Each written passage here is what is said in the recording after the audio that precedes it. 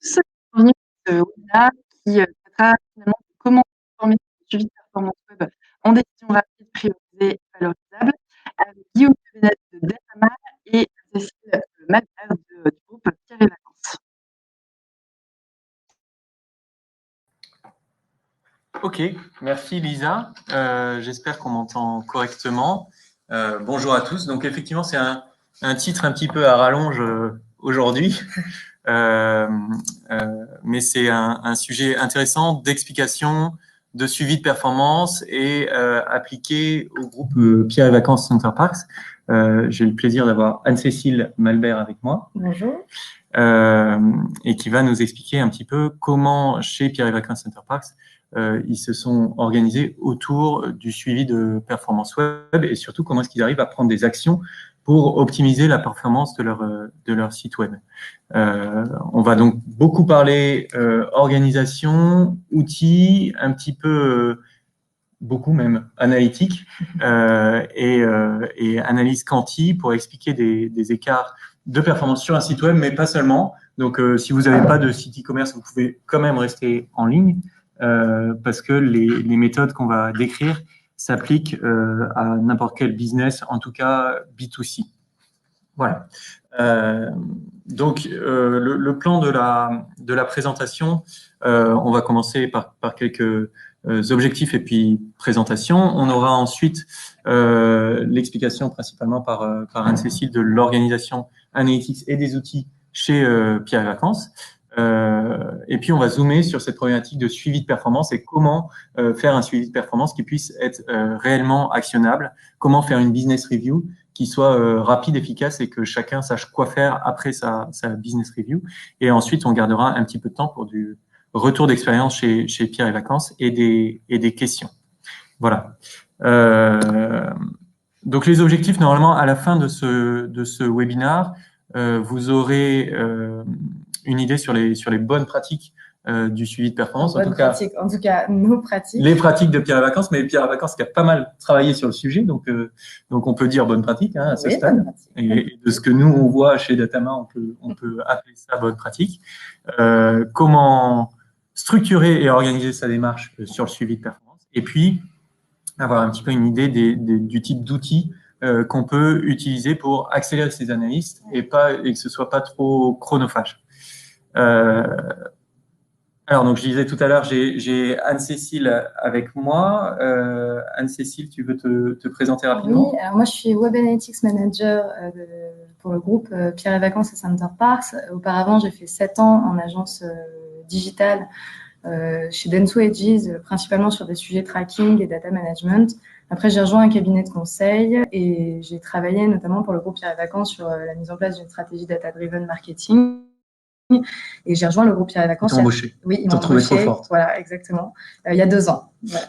Et depuis, je dirige l'équipe Web Analytics. Top. Et moi, Guillaume, du coup, je suis dirigeant de Datama. Pareil, j'ai un peu de background en conseil, en stratégie chez Bain et compagnie, donc très orienté business. Et ensuite en analytics, pour le coup, très big data sur des problématiques de ranking chez Expedia, donc déjà dans le travel. Et puis, depuis 2 ans, heureux fondateur de Datama. Je crois qu'il y a une slide qui explique ce que fait Datama. Mais peut-être que tu peux nous expliquer ce que fait Pierre et Vacances pour ceux qui ne savent pas. En dehors de belles publicités dans le métro en ce moment. Exactement. Et donc Pierre et Vacances Center Parks, c'est un groupe qui a 51 ans cette année, qui a fêté donc ses 50 ans l'année dernière. C'est 2 grosses marques qui sont connues. Enfin, les plus grosses marques, c'est Pierre et Vacances et Center Parks, mais on a aussi Sun Parks, qui est la version belge de Center Parks. Village Nature, qui a ouvert il y a 1 an à Marne-la-Vallée. C'est aussi Adagio, Maeva, la France du Nord au Sud, Pierre et Vacances Développement, les Seigneuriales, etc. Donc, c'est un gros groupe avec plein de belles marques. Sur Center Parks, Pierre et Vacances et Sun Parks, aujourd'hui, c'est 8 millions de visiteurs par mois. Donc, c'est quand même. Voilà, c'est un peu de volume. On a 1,5% de taux de conversion en moyenne sur nos sites et c'est 8 millions de clients. En 2018, on a fait un 1,5 milliard de chiffre d'affaires et notamment 55% en dehors de la France. Donc, on est un groupe aussi, pas que français, mais aussi international. Et on a 50% de notre revenu qui est online. 51 ans et 50% des revenus online. Exactement. Donc, on vieillit et on augmente le taux Et on a online. un objectif de passer, d'augmenter les revenus online chaque année. Et 8 millions de visiteurs quand même cumulés, ça vous met dans le top 10 ou le top 20 des sites e-commerce français, non, en cumulant les différents sites. Ça fait c'est un gros trafic. Donc, ça fait, j'imagine, pas mal de boulot. Ouais, un peu de boulot.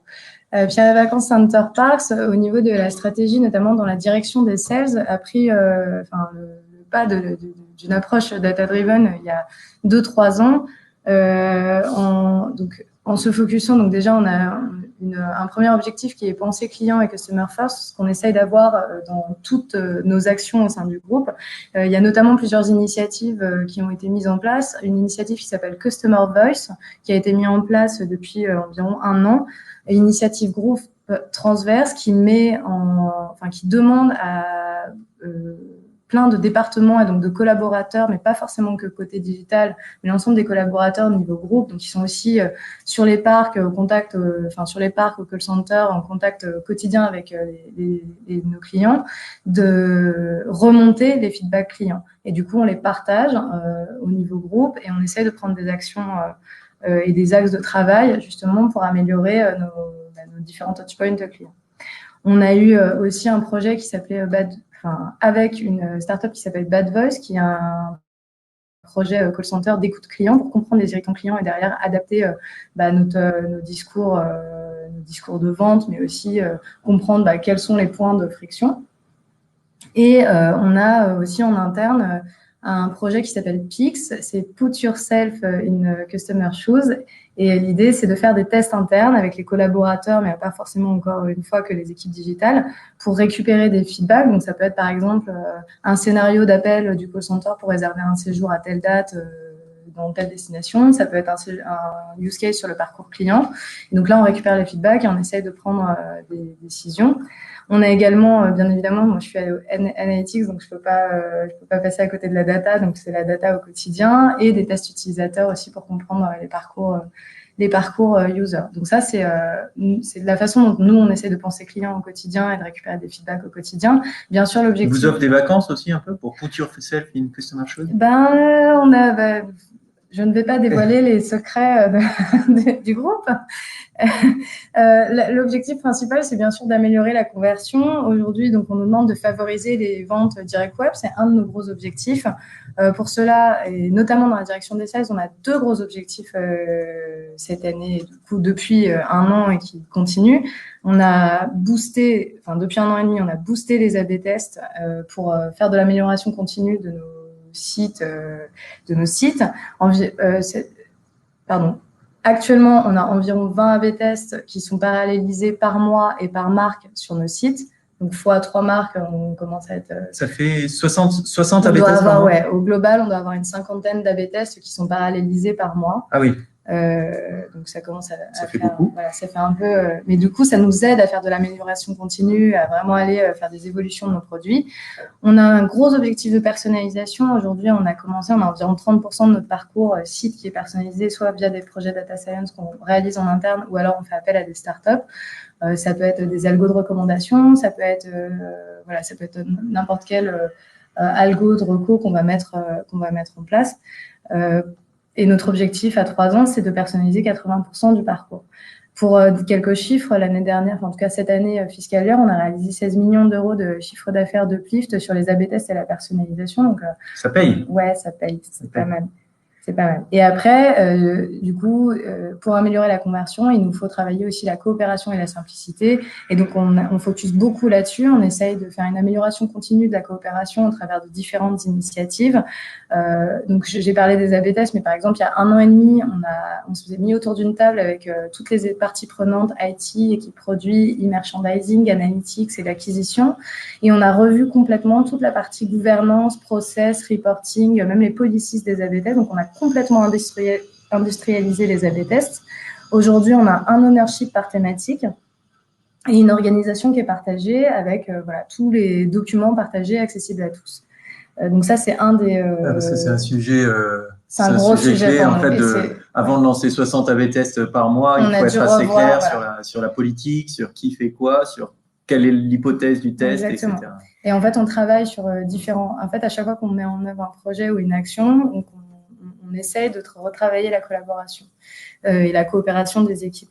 Du coup, on a aussi lancé un département innovation qui a pour but de tester de nouvelles technos via des POC, et ça, c'est pour réduire le time to market. Et donc, ça met on a une vingtaine d'ambassadeurs qui viennent de l'ensemble des départements du groupe qui travaillent ensemble. Et là, on travaille sur des use cases, mais pas que digital. Hein. Ça peut être aussi des objets connectés dans les parcs. Ça peut être améliorer, par exemple, les affluences au niveau des activités chez Pierre et Vacances ou chez Center Parks. Et donc, chacun travaille ensemble pour améliorer ça. Donc, ça, c'est un autre exemple de coopération qu'on essaye d'améliorer. Et bien évidemment, on a aussi revu tout le suivi de la performance. C'est l'objet du webinaire d'aujourd'hui. Et ça, on a aussi revu l'ensemble du process. Ouais. Donc, voilà en quoi… Ça me donne envie d'aller chez Pierre et Vacances. Ah oui. Pas que en vacances.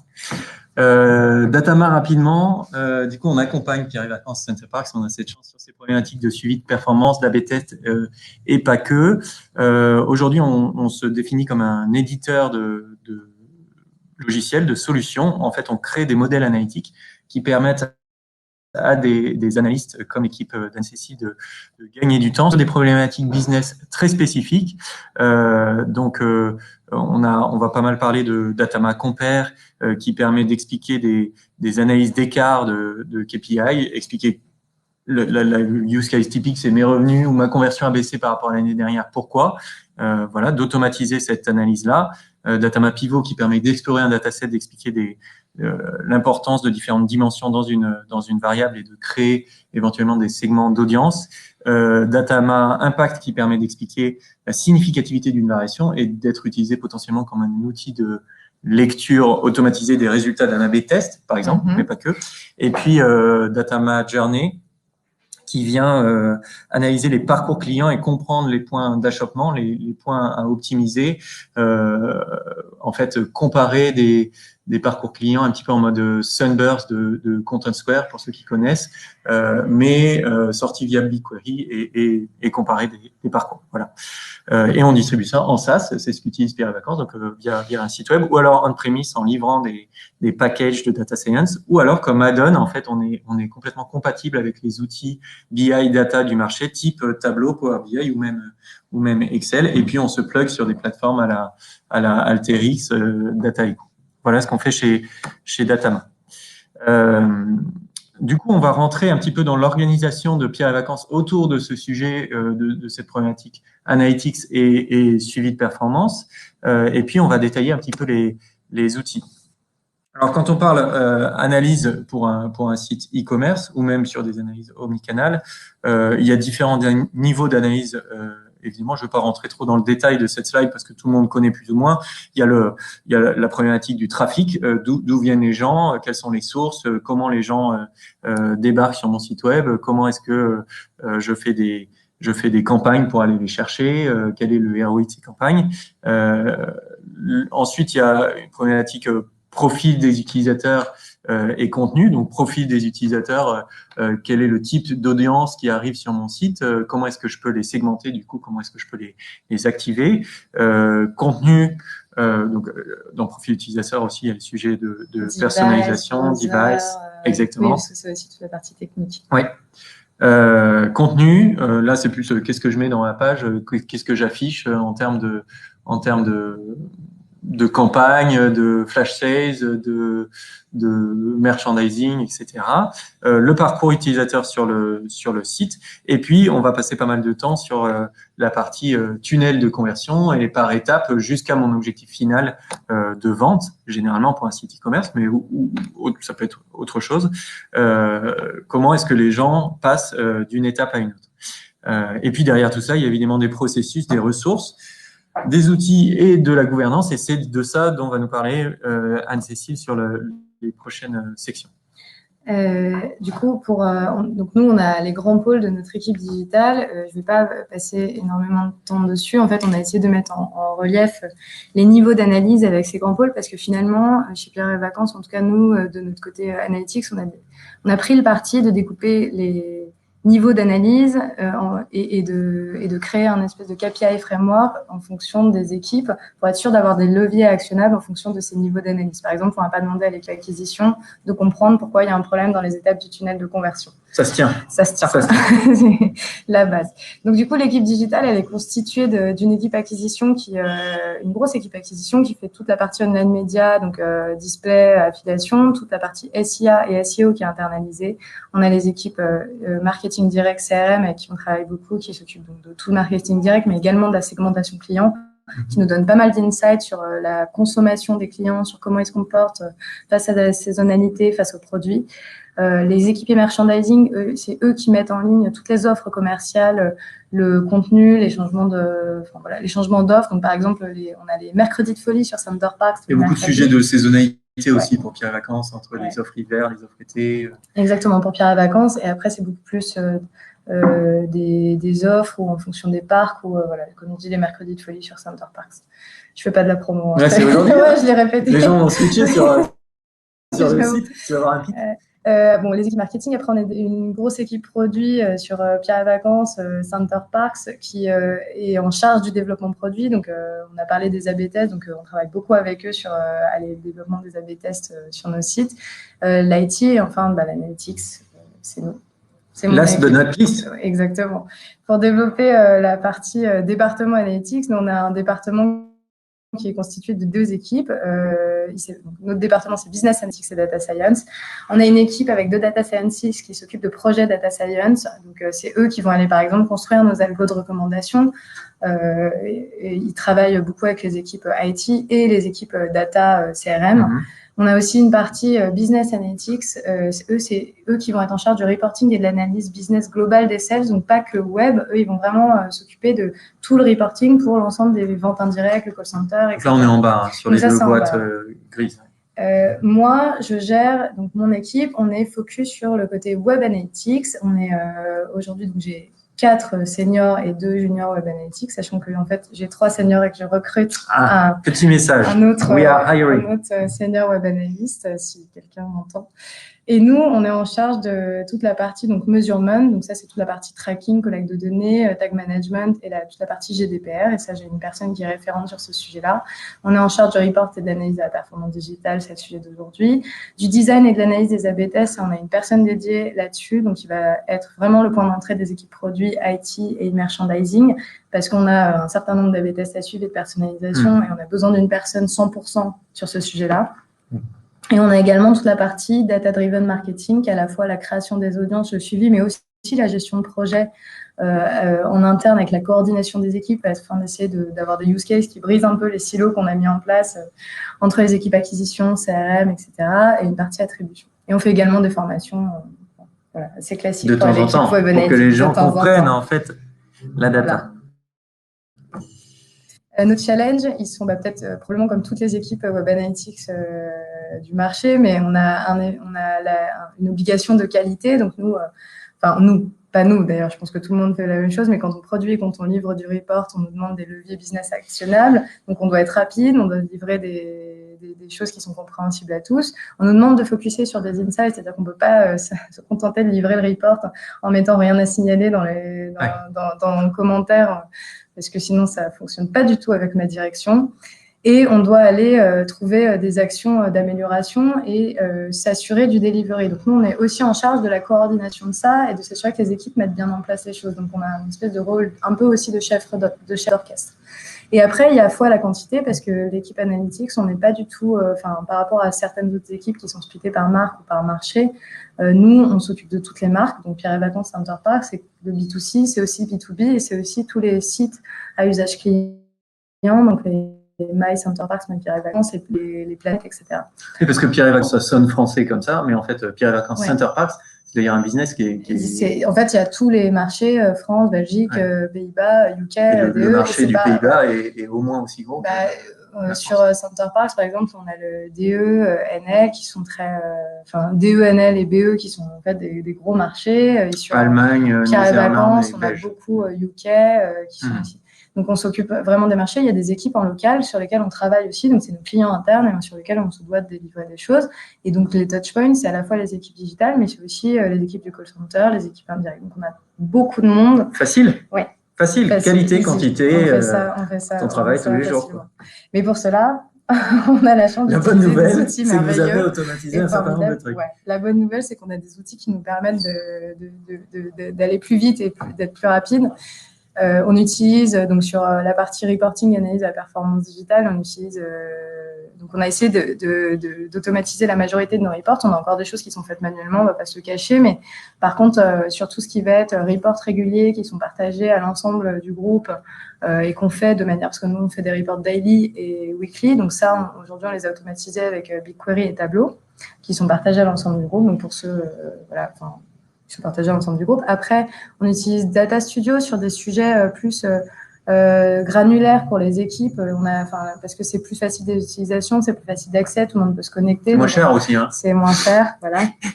Donc là, on va l'utiliser pour des problématiques, soit besoin d'accès un peu plus granulaire aux données, soit sur des problématiques spécifiques. Par exemple, si on a un A/B test produit qu'on va lancer, on a besoin que les équipes produits IT suivent les performances en temps réel. Dans ce cas-là, on va utiliser Data Studio. Et l'outil qu'on utilise aussi, c'est Datama Compare, qui nous sert de manière hebdo, mais même quotidien, quand on a besoin d'aller creuser des sujets pour trouver des insights très rapides. Donc après, on va le détailler vraiment dans les slides d'après, mais on utilise beaucoup Datama pour l'analyse de la performance, mais aussi dans les A/B tests, parce qu'on utilise Datama Impact ou d'ailleurs Datama Compare, on peut utiliser les deux. Après, je vais passer rapidement sur la suite, mais sur les A/B tests, on met en œuvre les A/B tests avec ABTC, Optimize ou via l'IT pour les gros A/B tests produits. Mais tout est remonté dans Google Analytics. Ouais, mais nous, on centralise. Comme on a plusieurs outils, qu'on a plusieurs équipes, plusieurs marchés, etc., on a pris le parti de tout centraliser dans Google Analytics. Donc, on a des policies qu'on a réécrites entièrement, qui sont communes et partagées à l'ensemble des marchés et qui sont communes aux outils. Donc, on centralise tout avec Google Analytics. Donc, on prend nos décisions A/B tests sur les données Google Analytics et on enrichit avec Content Square via les équipes produits et même via… Ouais, vous êtes un des early clients Content Square. On vous voit souvent au club Content Square. Après, côté attribution, data marketing, on est en test sur des outils d'attribution, notamment Masbury. Sur la partie measurement, on a tout le stack Google, donc GTM, GA, et on utilise Didomi pour la partie gestion des consentements qu'on est en cours. Donc, si vous allez sur nos sites, c'est pas encore complètement déployé, mais on travaille dessus. Et après, sur la partie ad hoc analysis, en tout ce qui va être automatisation, data science, etc. Là, je suis moins mon sujet, mais on utilise Nime notamment, et après toute la partie BigQuery. Nime qu'on connaît bien chez Datama parce qu'on déploie aussi nos algorithmes sur des plateformes comme ça. Nime, c'est un peu le concurrent de Dataiku version allemande ou suisse, je crois, et moins cher aussi, hein, mais assez performant et qui permet d'automatiser de la mise en prod de modèles et de tester des modèles de machine learning. Exactement. Donc voilà, tous ces outils pour nous aider au quotidien à être plus rapide et plus efficace. Top. Comme quoi, pas si compliqué. Et le focus d'aujourd'hui, on va passer du temps sur le report et l'analyse de la performance digitale. Exactement. Voilà. Donc, suivi de performance.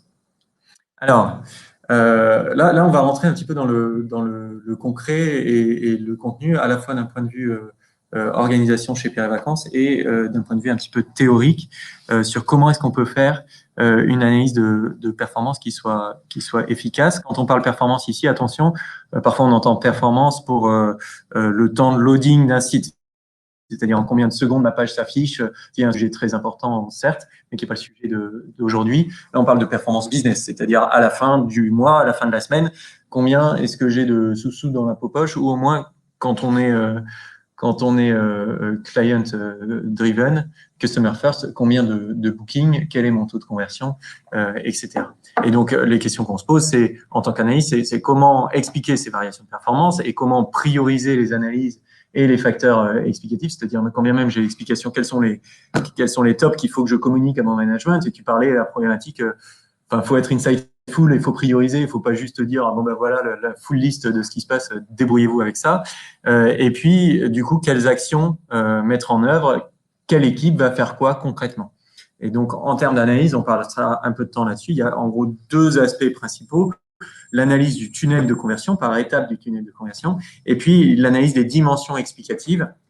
Et là, c'est d'essayer d'identifier quel est le sous-segment ou la croisée de deux segments qui pose problème, ou l'effet mix qui explique la variation, etc. On va un peu rentrer dans le détail. Alors, pour passer sur la partie d'abord gouvernance et organisation chez Pierre et Vacances Center Parcs, je crois que vous avez beaucoup travaillé sur cette organisation-là pour arriver à cette magnifique feedback loop. On a fait exactement. On a fait un constat il y a quelques mois. En fait, on a fait un audit. Il n'y avait pas grand-chose qui fonctionnait très très bien. Déjà parce qu'on avait plusieurs reports qui n'étaient pas forcément automatisés, donc on passait beaucoup de temps à produire du reporting. Et quand on passe beaucoup de temps à produire du reporting, on ne peut pas passer de temps à trouver des insights. Donc ça a posé problème parce qu'on livrait des reports pas forcément dans les temps et sans forcément d'insight, donc ça n'aidait pas forcément les équipes derrière.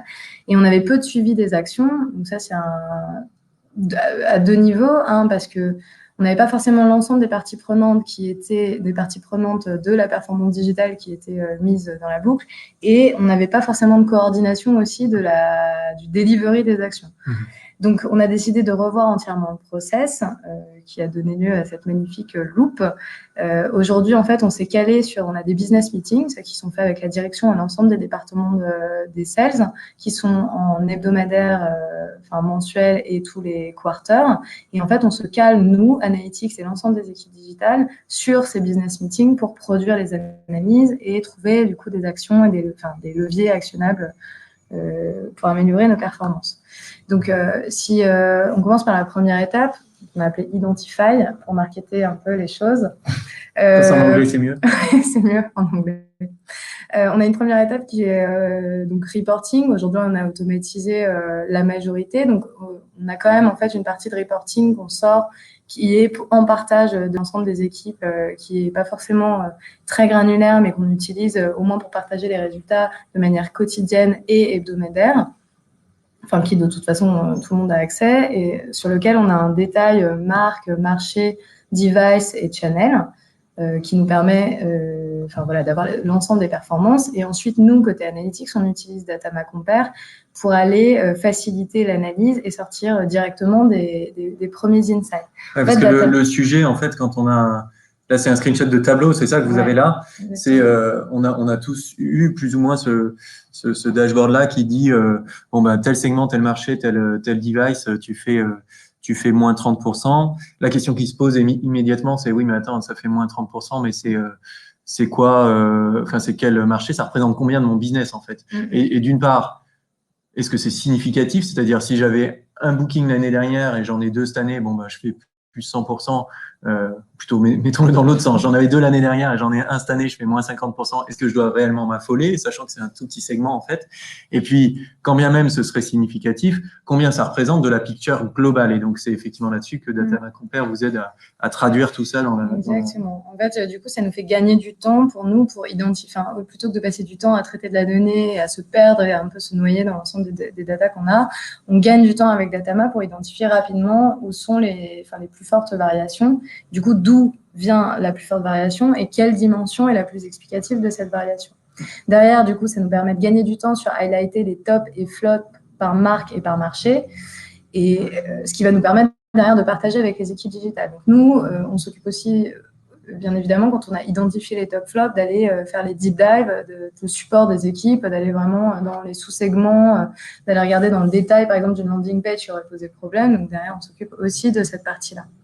Donc ça, c'est sur la partie Identify. Après, donc ça, cette partie Identify, on le fait le lundi, on envoie tout à 14h, et on a un monitoring committee le mardi en fin de matinée, sur lequel on va rencontrer l'ensemble des équipes digitales. On se réunit tous autour d'une table et on partage les causes et les actions qu'on a trouvées. Donc nous, ce qu'on partage aux équipes côté analytics, ce qu'on va partager, c'est un document partagé dans lequel on a les top flops identifiés, qu'on va splitter en 2 grandes catégories qui sont trafic et conversion. Si c'est plus du trafic, donc c'est plus des variations de niveau de session ou de niveau de session engagé, on va le partager aux équipes acquisition et CRM. Et si c'est plus au niveau d'un taux d'entrée dans le tunnel qui pose problème, ou un taux de passage dans les étapes, on ne va pas forcément l'envoyer aux équipes acquisition qui, elles, n'y sont pour rien. On va plus aller voir avec les équipes merchandising ou produits ou IT s'il n'y a pas un élément qui a pu poser problème dans le parcours sur la période donnée. Donc, nous, on partage ça et derrière, les équipes digitales sont en charge d'aller vraiment creuser les causes. C'est leur métier, enfin, c'est eux les experts, donc c'est eux qui vont aller déterminer qu'est-ce qui a pu expliquer la variation et derrière, d'essayer de trouver des actions à mettre en place.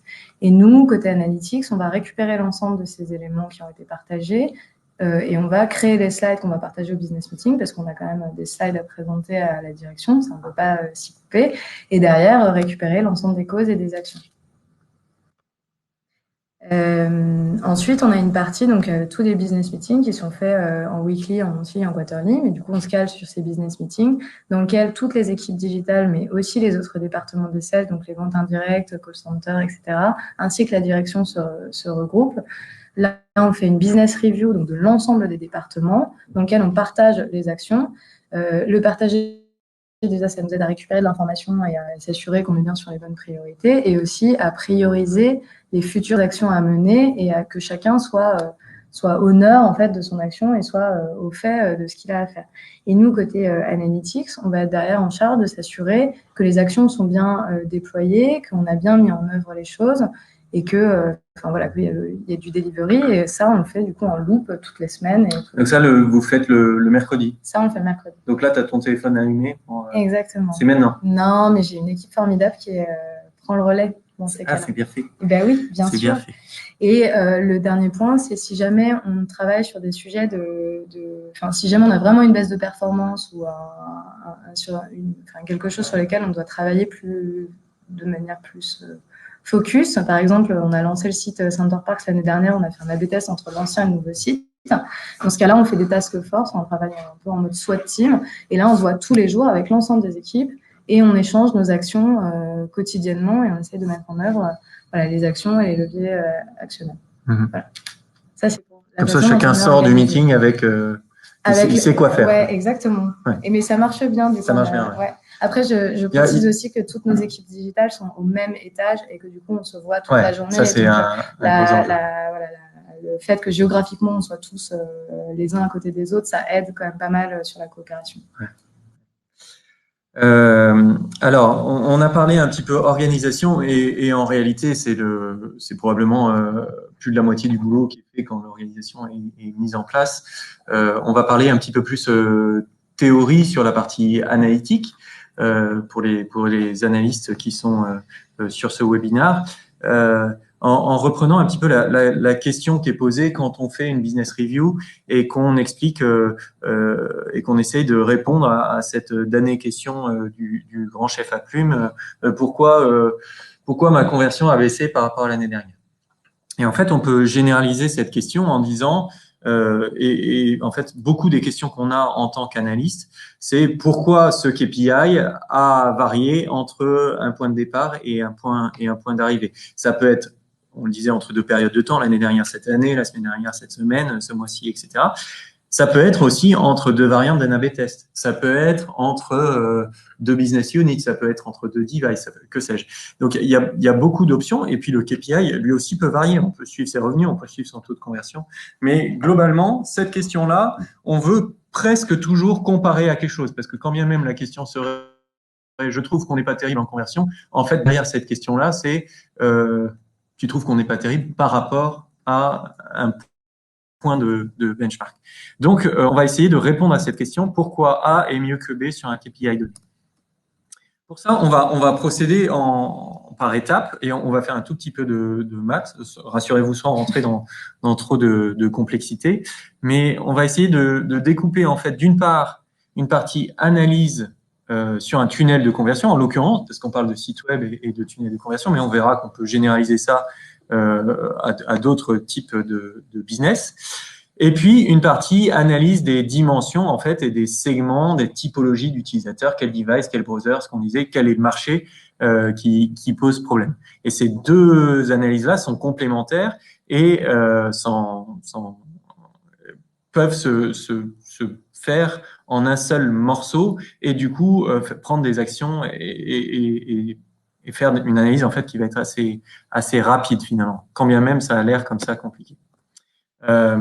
Donc, on va commencer par cette partie analyse du tunnel de conversion. Et là, l'idée, ça va être de relier des sous-indicateurs de performance, des KPI à un macro KPI, au sens réellement Key Performance Indicator. Parce que, enfin, nous, on voit souvent chez des clients beaucoup de KPI. Les gens disent KPI, KPI, KPI. Il faut garder en tête qu'un KPI, c'est un Key Performance Indicator. Et donc, a priori, sauf si je suis le business le plus compliqué du monde, j'en ai pas 25. Alors, on a tous le business le plus compliqué du monde, donc on trouvera des bonnes raisons pour dire que j'ai 25 KPI. Mais en tout cas, j'en ai pas 200. Et ce qu'on va voir, c'est qu'on peut relier pas mal de sous-indicateurs à un macro-indicateur. Alors, chez Datama, on appelle ça la méthode de l'équation de marché. On n'a pas l'exclusivité de cette méthode-là. En fait, c'est une méthode que tout le monde applique plus ou moins, qui est, on va essayer de suivre un KPI et de relier les sous-indicateurs à ce KPI pour pouvoir décomposer évidemment les effets par boîte et pouvoir savoir d'où vient le problème. Et puis, du coup, dans l'exemple d'un tunnel de conversion, savoir dire le problème vient de telle étape du tunnel, mon taux de passage à l'étape paiement a baissé. Et donc, ça nous permet d'identifier d'où vient le problème. Donc, pour prendre l'explication de le use case de ce tunnel de conversion, donc un site web, qu'on soit un site marchand ou non, on a typiquement un goal et puis on a un entonnoir plus ou moins propre, plus ou moins bien tagué. Sujet du tagging en est un aussi, mais sur lequel on arrive à suivre en fait comment les gens passent d'une étape à une autre et sur ce petit schéma d'un volume de session à des fiches produits, de fiches produits à un panier, une mise au panier et puis d'un panier à l'achat. Et puis on pourrait avoir toutes les étapes de paiement, de contact, de livraison qu'on veut jusqu'à mes revenus. Mais ce qui compte, moi, mon KPI, la question business que va poser mon directeur e-commerce, c'est mes revenus ou à la limite mon taux de conversion, mais pas forcément mon taux de passage de l'étape paiement à l'étape contact. Si on regarde cette étape-là, c'est parce qu'elle va expliquer le macro KPI qu'on cherche à suivre. Et trop souvent, on voit des gens se concentrer, par exemple, on dit souvent critère numéro 1, c'est la conversion, prendre des décisions, par exemple, sur des A/B tests, sur ma conversion a augmenté, hop, je roll out. Je mets en production cette A/B test, mais oublie de regarder à côté que le panier moyen a été divisé par 2. J'ai fait un test de ranking, j'ai montré des produits pas chers, je vois mon taux de conversion augmenter, youpi, mais à côté de ça, je vois mon panier moyen baisser. Et donc, in fine, pour la société, alors peut-être pour le client c'est intéressant, mais pour la société c'est pas intéressant et c'est pas productif. Donc il faut jamais oublier de regarder de bout en bout et de relier ces sous-indicateurs à un macro-indicateur. Donc c'est là qu'on rentre un tout petit peu dans la mathématique. Vous voyez, c'est pas non plus très très compliqué. Hein. On fait des multiplications de ratios. Mais ce qu'on fait là, en fait, c'est qu'on est en train d'écrire les revenus, qui est en l'occurrence mon macro indicateur, à des sous-indicateurs, un certain nombre de sessions, un taux de passage à la fiche produit, un taux de passage au panier et un panier moyen. En fait, c'est ce que chacun fait finalement quand tu fais un report à plat et où tu mets un taux de rebond, un taux d'entrée dans le tunnel, un taux d'engagement, exactement. CVR et exactement. Mais la beauté de l'avoir écrit comme ça, en fait, de l'avoir écrit comme une équation, en fait, c'est que quand tu vas voir mettons par exemple ton panier moyen baisser, tu vas pouvoir traduire ça directement en revenu pur. Ou ton taux de conversion baisser, ton taux de conversion baisse d'1 point, ton revenu baisse de X millions. Ce qu'on ne peut pas avec les outils classiques du marché. Exactement. Il n'y a pas forcément besoin d'outils pour ça. Hein. L'idée, c'est Datama fait ça et c'est effectivement ça automatise cette analyse, mais vous faites probablement ça aussi. Vous essayez de faire ça sur des outils. Enfin, on peut même faire ça sur Excel potentiellement. Donc cet exemple de Web Analytics que je cite à l'instant, décomposer mes revenus en gros volume fois taux de conversion fois panier moyen, il s'applique aussi très bien à plein d'autres business. Alors on reste quand même dans le domaine du web et du digital, mais par exemple une campagne de mailing, je cherche à suivre la performance de mes emails. C'est mes revenus par email envoyé. Ça se décompose en taux d'ouverture, taux de clic, taux de conversion et panier moyen. Si je cherche à expliquer la performance d'une campagne display par rapport à une autre campagne, je peux aussi décomposer ça en volume d'impression fois taux de clic taux de conversion, coût par clic et ROI, etc., etc. Et même dans des business, chez Datama, on travaille aussi avec des sociétés qui sont pas du tout web, des industries. Et là, je suis contrôleur de gestion, je cherche à expliquer ma marge. Ma marge, c'est mon volume fois mon prix fois mon taux de marge, etc., Ça etc. s'applique partout. Ça s'applique partout. Et c'est pas forcément des multiples. Ça peut être aussi, ça peut être additif, ça peut être un peu plus compliqué que ça. On n'est pas obligé d'avoir un funnel propre. Et donc, l'utilité de faire ça, ce qu'on disait tout à l'heure, c'est qu'on va pouvoir traduire du coup entre un point de départ et un point d'arrivée une variation d'un des sous-indicateurs. Mes sessions ont baissé de 10%. Et ben en fait, je vais pouvoir faire des simulations de quel aurait été mon revenu si le volume de session était resté le même par rapport au point de départ. Et du coup, j'arrive à mettre une valeur en revenu sur cette baisse de session ou une valeur en revenu sur cette baisse de conversion et à construire ensuite des bridges, une waterfall, une cascade qui sont typiquement des graphes que les C-level ou les directeurs e-commerce ou les directeurs sales aiment bien voir parce que c'est très lisible et on comprend d'où vient le plus, d'où vient le moins, mais qui sont pas forcément faciles à sortir sur des outils BI classiques et Google Analytics. Ni dans Google Analytics, ni dans Data Studio, on peut se débrouiller sur Tableau, sur Power BI pour faire les graphes, mais en tous les cas, il y a une simulation à faire en amont qui est du travail de l'analyste et qui est un peu time consuming. Et donc ça, on arrive à automatiser ce type d'analyse-là et sortir des waterfalls qui vont vous permettre d'identifier d'où vient le problème. Et pour reprendre le point, parce que moi, du coup, je suis pas du tout maths, mais par contre, j'utilise beaucoup Datama. Donc ça, c'est un exemple concret de comment on peut l'utiliser. Là, on compare deux périodes. À gauche, on a la période une semaine du 8 novembre. À droite, on a la semaine du 15 novembre. Ici, ce qu'on voit, c'est qu'on perd moins 28% de revenus. La question qu'on se pose, c'est donc d'où ça vient. Et en fait, comme on a découpé, comme l'a expliqué Guillaume avant, on a découpé le parcours en user, session par user, checkout par session, purchase par checkout et revenus par purchase. Qui est le panier moyen, en fait. Qui est le panier moyen. Ça nous permet d'identifier rapidement ici en un clin d'œil que la problématique vient du checkout par session, donc le taux d'entrée dans le tunnel de conversion. Donc on perd moins 27% du revenu à cet endroit-là. On a aussi un peu côté trafic, mais moindre. Donc moi, web analyst, ce sur quoi je vais me focuser moi dans mes équipes, c'est de regarder qu'est-ce qui s'est passé sur ce checkout par session.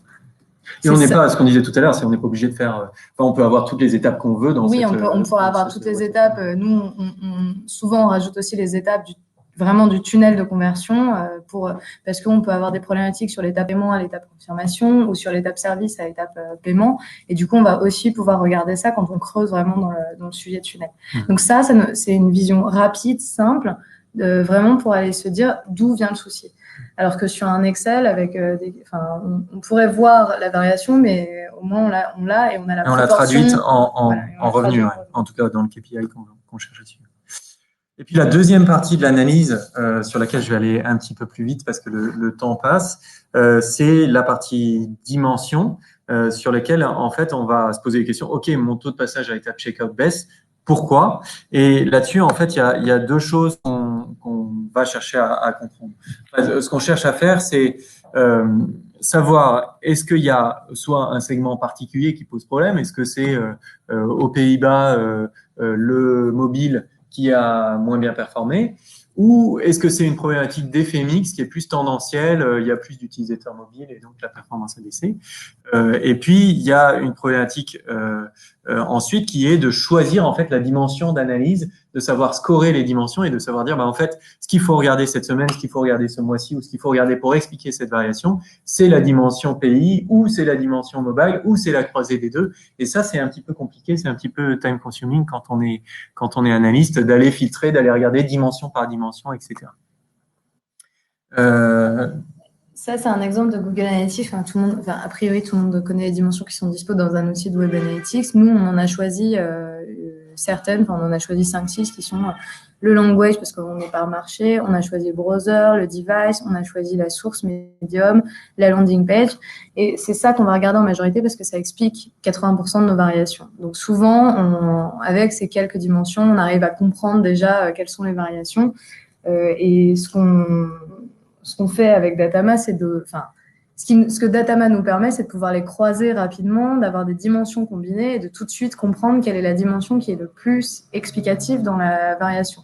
Alors que si on devait le faire avec notre outil WebA classique, il faudrait qu'on découpe un peu l'analyse en disant je commence par le marché, puis je descends dans le device, puis je descends dans telle source médium, puis je descends là-dedans. Et donc ça, c'est time consuming, c'est chronophage et c'est un peu irritant. Donc, voilà. D'où le petit nuage avec des petits nuages, ouais. exactement.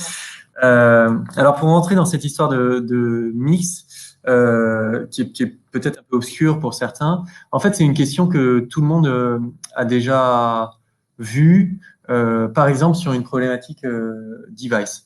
Le use case typique qu'on voit chez beaucoup d'annonceurs aujourd'hui, c'est ma conversion a baissé par rapport à l'année dernière, alors que si je prends isolément desktop et mobile, chacun des deux a augmenté sa conversion. Donc vous pourrez refaire l'exercice à la maison, c'est autorisé. Les petits chiffres qui sont là-dessous sont un bon exemple. Je prends mon mobile, le taux de conversion augmente de 20%. Je prends mon desktop, le taux de conversion augmente de 25%. Mais quand je somme les deux, mon taux de conversion baisse de 6%. Et ça s'explique en fait par un effet mix.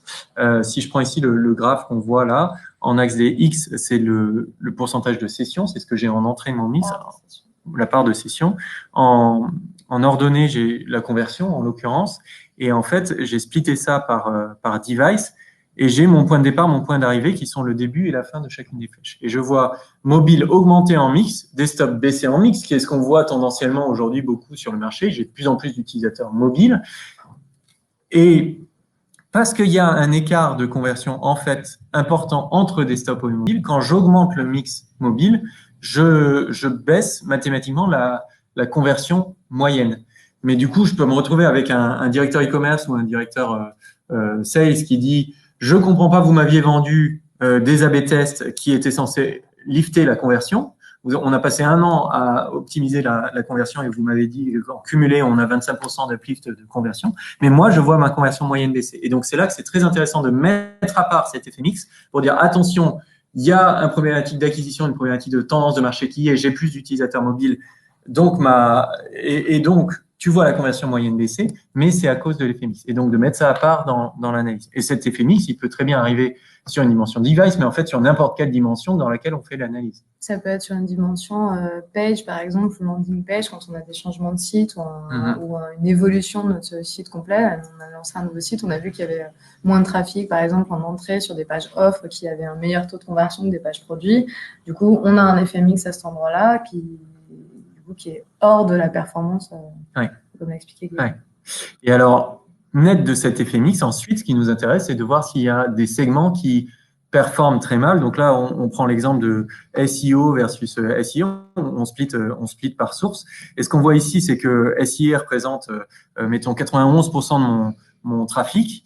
Et lui baisse de, disons, 15%. Parce qu'il représente 91% de mon trafic, une mauvaise analyse pourrait dire, ah, bah, c'est de la faute du SEO. Parce que, en fait, c'est lui qui est l'essentiel de mon trafic. Mais en réalité, le SEO qui n'est que 9% de mes sessions, lui, il baisse de 40% pendant ce temps-là. Et donc, en fait, il baisse anormalement par rapport à la moyenne globale qui baisse de 15%. Et donc, en fait, je ferais mieux de me concentrer sur le SEO et d'essayer de comprendre ce qui s'y passe, parce qu'il varie de manière anormale par rapport à la moyenne, plutôt que de passer du temps sur le SEO qui, en fait, a baissé comme tout le reste. Et donc, ça, c'est ce qu'on appelle l'effet performance chez Datama. Et donc, c'est une fois netté cet effet mix, c'est aussi un des dangers de l'analyse de se concentrer sur ce qui représente du gros volume et pas sur ce qui représente une variation anormale. Voilà. Et donc tout ça, ça se traduit, on pourra passer du temps sur l'outil Datama, mais on peut en fait traduire tout ça dans des waterfalls dont on montrait tout à l'heure, et en fait montrer cette partie mix, montrer cette partie performance sur chacune des étapes du funnel de conversion. Et donc, avoir une vision globale de la performance et dire, OK, mon taux de passage à l'étape checkout a baissé, ce qu'on voyait tout à l'heure dans la waterfall, mais zoomer ensuite pour dire, ah, et j'explique ça par la dimension médium. Donc, il y a une problématique aussi de scoring des dimensions pour dire, on va regarder ça par médium parce que c'est ça qui a, sur lequel il se passe quelque chose d'intéressant. Et parce que, 1, tu as un effet mix et 2, tu as la performance du segment organique qui baisse de manière normale, 2 fois plus vite que la moyenne, etc. Et donc, nous, basiquement, là, ce sur quoi on va focuser, c'est d'aller d'aller contacter les équipes SEO en disant on a identifié un problème à ce niveau-là, est-ce que tu peux nous en dire plus, est-ce que tu vois d'où ça vient? Oui. Voilà, donc on a un peu réconcilié ces deux aspects de l'analyse. On va passer juste 1 minute pour avoir un peu de temps éventuellement pour des questions sur les retours d'expérience. Alors, on a splitté un peu les 12 et les don'ts dans ce type d'analyse. Le premier, c'est d'avoir un KPI framework clair et des données propres et standardisées. Évidemment, garbage in, garbage out, je pense qu'on est tous tributaires de ça, c'est-à-dire que si la donnée n'est pas propre en entrée, les analyses sont pas propres en sortie. Ça, c'est un classique de l'analytics. Automatiser au maximum le reporting et les analyses communes, ça c'est ce qu'on a vu. Nous, on l'avait pas encore fait, ça nous faisait perdre du temps. Donc, une fois que c'est automatisé, on peut focuser sur les insights. Et c'est là l'important pour nous, web analystes. Avoir une approche top-down, ça c'est hyper important parce qu'en fait, en tant qu'analyste et quand on a des volumes de données qui sont les volumes de Pierre et Vacances Center Parcs, on peut passer un temps fou sur quelque chose qui représente en fait rien du tout de ma variation parce qu'on s'est trompé d'angle. En fait, on est parti du bas pour aller vers le haut.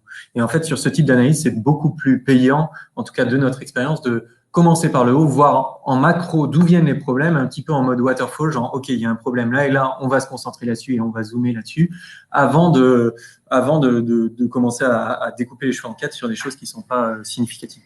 Ça va un peu avec utiliser des dimensions actionnables selon les étapes analysées. Il faut bien découper en fonction des leviers d'analyse et des équipes qu'on va appeler et pas forcément se perdre dans j'ai un problème de taux de conversion dans le tunnel, je vais appeler l'équipe acquisition. C'est pas forcément eux qui sont responsables de la chose. Ouais. Clarifier l'organisation et les responsabilités, ça revient un petit peu au même. Et travailler en task force avec un team lead pour le suivi des actions. Pas forcément travailler en task force, mais avoir un team lead ou en tout cas un coordinateur pour le suivi des actions et mettre tout le monde autour de la table. En tout cas, pour nous, ça a fonctionné et c'est ce qui fonctionne. Peut-être qu'on c'est du test and learn, mais en tout cas, c'est ça qui nous permet aujourd'hui de simplifier les choses. Et puis, rapidement sur les don'ts, il y a un sujet d'organisation qui soit réalisé au silo, hein, qui répond aux 12 dont on parlait avant. Commenter pour commenter, hein, je crois que ça c'est vraiment la problématique. Nous, on a essayé, ça n'a pas marché. Ouais. C'est quand on dit des choses juste pour expliquer parce que le boss voudrait qu'on explique. Si on sort pas des insights et quoi faire, ça sert à rien. C'est source d'irritation. Et puis, regarder des moyennes. En fait, on prend beaucoup de risques à regarder des moyennes parce qu'on ne voit pas ces effets mix, ces effets performance, et là aussi on peut se tromper dans l'output. Hyper rapidement. Les bénéfices de Datamap pour Pierre et Vacances, non, parce qu'on est très très fan de l'outil et on l'utilise beaucoup. Après, on l'a un peu, moi j'ai un peu dit au sein de ça, mais pour nous c'est vraiment une question de rapidité. On identifie les priorités, les insights clés à partager rapidement. Déjà dans les étapes du tunnel, mais derrière pouvoir focuser, comme l'exemple du SEO versus SIA, on aurait plus tendance sur un rapport à plat d'aller regarder le SIA, alors qu'en réalité c'est le SEO qui pose problème, et sans Datamap, je pense qu'on mettrait plus de temps à aller identifier ça. Donc nous, c'est vraiment un gain de temps. C'est la simplicité aussi, parce que voilà, en 2 secondes on voit quelle étape pose problème. On a les graphiques qui sont là pour nous aider. Et après, on a aussi un système d'analyse et d'alerte automatisé qui a été mis en place, sur lequel on a des commentaires qui sont rédigés en anglais et qui nous permettent de mieux comprendre. Donc, on peut aussi partager ça en l'état. On a un système d'alerte, du coup, avec des emails qui nous sont envoyés chaque semaine. Et on peut les partager ou les transférer en l'état aux équipes aussi pour gagner du temps. Notre conseil, c'est par contre d'être clair sur ce qu'on cherche à suivre, donc bien définir les étapes du tunnel, bien définir quelle dimension on veut analyser et quelle équipe on va actionner derrière. Mettre en place la gouvernance pour utiliser l'outil. Je pense que l'outil est accessible, mais en tout cas, il n'est pas forcément accessible pour toutes les expertises. Je pense qu'il faut une personne centrale qui fait les analyses, qui exploite l'outil, parce que s'il y a 2 personnes dessus, ça peut être source d'incohérence ou en tout cas d'incompréhension. Et enfin, simplifier au maximum pour assurer l'adhésion des équipes business. Et derrière, quand on partage les données, s'assurer que tout le monde a bien la compréhension de la waterfall. Et voilà. Top. On a beaucoup parlé, Anne-Cécile. Oui, on a beaucoup parlé. On a encore 5 minutes malgré tout pour des questions. Vous avez nos contacts aussi qui sont écrits là et puis qui, j'imagine, sont récupérables via le BG. Et puis cette présentation, je crois aussi, est diffusée sur l'OBG, vous Je pouvez crois. la récupérer. Voilà, donc on va ouvrir aux questions, s'il y en a. Ou alors c'est parfaitement clair et personne n'a de Tout est questions. clair, tout le monde Il y a sait, deux options. Soit tout le c'est monde va parfaitement appliquer. clair, soit c'était d'un ennui. Et en même temps, c'était clair. Bah, peut-être, on ne sait pas. Ah, est-ce qu'il y a des questions?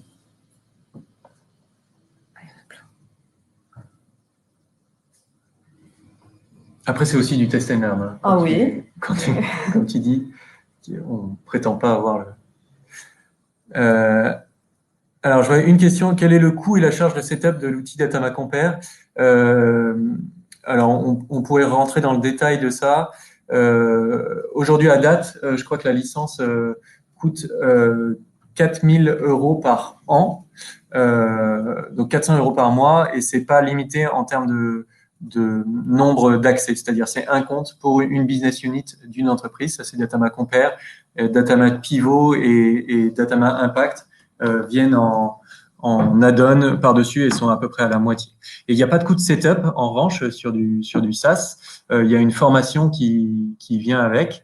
Voilà. Et en fait, si on fait le calcul par rapport au temps gagné pour des analystes, si réellement on fait en 2 heures ce qu'on faisait en une demi-journée, assez rapidement à 100 € de l'heure de l'analyste ou même à 50 € de l'heure de l'analyste, on rentre aux 400 € par mois, sans compter évidemment la vraie valeur ajoutée qui sont les insights qu'on va trouver et qu'on n'aurait pas trouvé sinon parce qu'on n'avait pas le temps d'aller les chercher. Il y a une question pour toi. Combien de temps avez-vous mis pour mettre en place cette organisation interne? Eh bien, combien de temps? On a commencé au début de l'été, en début août, pour être transparent. En fait, on a eu plusieurs sujets avant d'essayer de comprendre où étaient les problèmes. Donc, on a fait pas mal de réunions avec la direction, les équipes, pour comprendre les sujets. On a commencé à en discuter début août avec les équipes. Donc après, avec les vacances, faut s'imaginer qu'on n'a pas pu voir tout le monde, mais on a mis tout le monde autour de la table, on a retravaillé le template, on a retravaillé du coup les reports nous aussi qu'on devait fournir côté analytics, et on a commencé vraiment à le déployer début septembre, donc ça fait un mois, donc en un mois et demi je dirais, on a vu ça. Et pour le sponsor de départ, c'était en fait nous on est très proche de Grégory Sion on est très proche dans le sens géographique, on a deux bureaux de Grégory Sion qui est notre directeur des sales et innovation. Et du coup, c'était lui notre sponsor de départ. Donc, c'est lui qui a initié de toute façon le sujet de ça va pas, il faut trouver des améliorations. Et comme tout le monde était assez d'accord sur le fait qu'il fallait améliorer les choses, on a tous travaillé ensemble et c'était plutôt un sujet commun. Voilà. Ouais, parce que les gens sont toujours preneurs. Si on leur dit qu'on va gagner du temps et gagner des insights, les gens sont contents de se mettre autour de la table. Exactement. Et comme c'est pas le premier projet sur lequel on revoit les process, on revoit la gouvernance, c'est plutôt rentré chez nous. On fait du test and learn et on le fait en fait à chaque fois qu'on a un sujet sur lequel on voit qu'il y a un souci de process ou des échanges qui sont pas forcément très fluides. On essaye de revoir la gouvernance. Donc ça fonctionne comme ça pas mal. Après, encore une fois, les équipes digitales sont tous au même étage. Le fait qu'on soit géographiquement tous au même endroit, ça aide pas mal. Voilà, je ne sais pas si j'ai répondu à la question. On a peut-être le temps éventuellement pour d'autres questions s'il en reste. Il nous reste 3-4 minutes. Moi, je voulais simplement éventuellement reprendre un learning qui pour moi est important, enfin que je voudrais que tout le monde reparte avec, qui est cette question de l'organisation qui est centrale. Hein, c'est-à-dire que on peut faire le meilleur suivi de performance, avoir les meilleurs analystes. Si l'organisation est pas en place, il se passe pas grand-chose. Et l'autre sujet sur lequel je pense j'ai pas mal insisté, c'est cette problématique de KPI versus PI. Key Performance Indicator versus Performance Indicator, et en particulier dans le web, d'arriver à relier ces sous-indicateurs à un macro-indicateur. Moi, pour moi, ça a été, en tant qu'analyste aussi dans mes anciennes sociétés, ça a été clé pour transformer des analyses en des vrais insights, quoi. Il y a une autre question sur l'organisation, le rôle du marketing. Le rôle du marketing dans cette organisation. Alors, chez Pierre et Vacances, on a une organisation un petit peu, pas forcément la même que chez les autres annonceurs. En fait, le marketing ne fait pas partie de la direction des sales. Donc, nous, on n'est pas du tout dépendant du marketing côté analytics, hein, je parle. Analytics tracking, on est dépendant des sales. Donc, l'équipe marketing, elle travaille aujourd'hui avec nous en transversal, avec les équipes produits, contenu, e-merchandising, acquisition, bien évidemment. Mais côté analytics, on n'est pas complètement, enfin, on n'est pas lié au marketing. Donc, on est plutôt indépendant. Je ne sais pas si c'est bien ou si c'est mal. C'est pas, voilà, j'ai pas de point spécifique là-dessus. C'est juste que du coup, on travaille plus en indépendance et le marketing, en revanche, diffuse et à chacun des équipes et à chacun des départements et travaille en transverse avec nous. Mais ils sont présents au business meeting également. En fait, ça dépend un peu. Ouais, effectivement, chez vous, c'est comme ça. Nous, on observe dans les différentes organisations avec qui on travaille.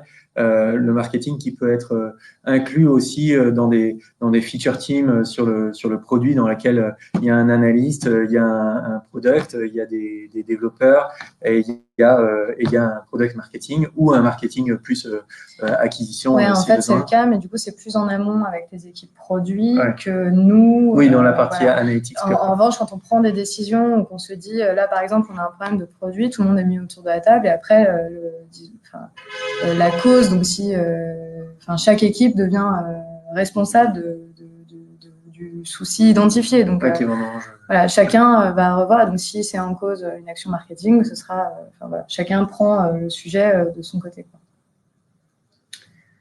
Je ne sais pas si je réponds bien à la question, mais. Je sais pas. On espère. On espère. On espère. C'est pas très interactif comme question-réponse. Non, c'est pas très interactif. La prochaine fois, on fera ça, dans une conférence. On fait ça au data marketing. Donc, ça sera l'occasion d'avoir des gens en live. Eh bien, merci beaucoup pour votre attention. Je ne sais pas si Elsa qui voulait conclure ou non, c'est bon. Et puis à disposition, bien sûr, pour toute question. Si vous avez des questions, n'hésitez pas. On peut. Merci beaucoup. On peut répondre par email. Bonne journée. Bonne journée. Merci.